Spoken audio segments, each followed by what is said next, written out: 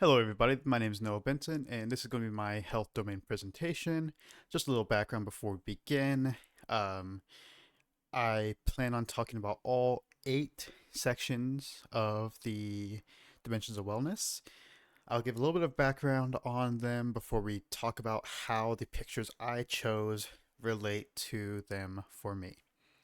Alright, starting out we have emotional health. The first picture is a picture of me with some friends, then a picture of me having a great Denny's dinner, and then a picture of a guy who can't park. So, how these are relevant? First off, I need to step back a little bit. Emotional wellness or health is a lot about just creating satisfying relationships and being able to properly cope with life, manage your emotions basically.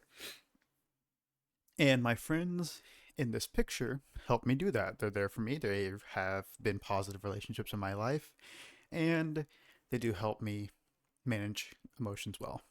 As for the food, it's a great meal. Simply put, it just makes me happy to have a nice warm meal. Now, for the guy who can't park his truck, that doesn't make me happy. Doesn't make me happy at all. It's quite upsetting because his vehicle could very easily have fit in a regular parking space. I have no idea why he parked like that. Very silly. So it kind of stuff like that negatively affects my emotional health. Moving on to occupational health now. It's kind of just the idea of finding satisfaction within your workplace and being fulfilled at work. Now, the first picture here is an energy drink and a donut. I think with this picture, it kind of represents just the fact that sometimes at work, you can be a little burnt out, tired, need a little pick me up, and that's exactly what these things are able to do. Then you see on the right there, we have my in office desk. So I work a hybrid arrangement at work. 3 weeks are at home, 1 week's in office. This is my in office desk, fit with a Red Bull and another energy drink, unfortunately. And then the third and bottom picture is my home desk setup. It's a little bit messy right now, so I apologize for that.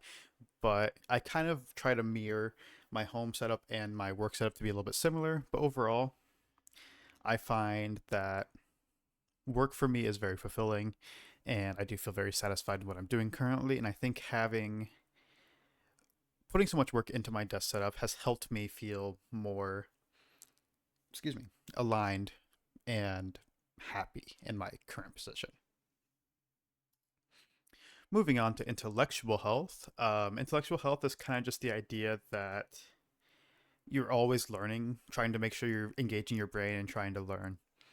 So, admittedly, a couple of these pictures are a little bit older. I mentioned in my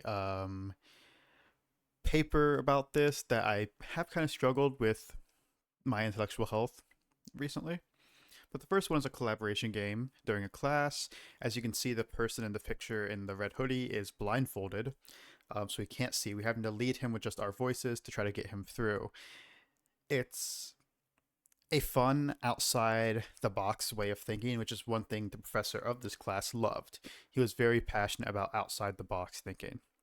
And then the second photo there is me studying Greek. As you can see, there's a lot of papers and a book on that table. It's a little bit hard to see because it's small, but Greek was one of the most difficult tasks I've ever had.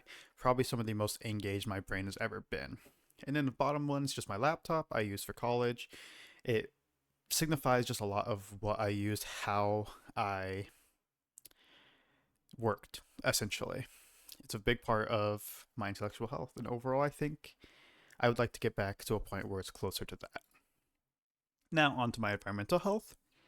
Environmental health is just kind of surrounding yourself in an environment that allows you to thrive, you know, just something that stimulates you. The first one is the living room of my apartment. It's nice, it's simple, it really just is a comfy place to come home to. The second is, since we live here in central Illinois, some cows on the countryside. Just there, I don't know what they're doing out there. This is a country road. They're walking. They look a little bit surprised to see me. I was surprised to see them as well. And then the bottom is downtown Chicago. I love Chicago. I love the city. And anytime I get to go is always a great time that I greatly cherish and is something that I think helps revitalize me if I'm ever feeling down about my environmental situation. Now, on to financial health. Financial health is just kind of the idea that you're satisfied with your current financial state and that you are prepared for the future of your financial state. And I took a picture of this concert. It's not the full picture, unfortunately, but just to kind of show that I am using my money in a way that brings me joy, keeps me happy. Then it's me shopping at Walmart, got to get your groceries and everything. And then this is my personal PC setup, which is separate from my office setup that I showed earlier. And I just think that including the pictures of my computer and the concert kind of demonstrate an idea that I am satisfied with my current financial situation. And I feel confident in the idea that I will be able to continue on this path without any major struggles. Moving on to social health. Social health is just kind of the idea that you're connecting with others and kind of having a support group, essentially. The first is my friend John and I at a night out. We were just hanging out, took a picture together. I thought it was a good one to include. Then this is my girlfriend Faith and I as we were out and we just want to take a picture. I think she's been such a blessing to me in recent memory. And then here I met a group of friends down in Louisville, Kentucky, for a convention that we all went to. And that was just a great sense. We had all been playing games together online and such. And it's just such a great thing to have the opportunity to meet each other in person. I feel very much like my social health is one of my strongest assets at this moment. Now, as for my physical health is just the importance, physical activity, sleep, eating well, stuff like that. And the three pictures I chose were a walking trail behind my place, the gym, and my walking pad I have at home.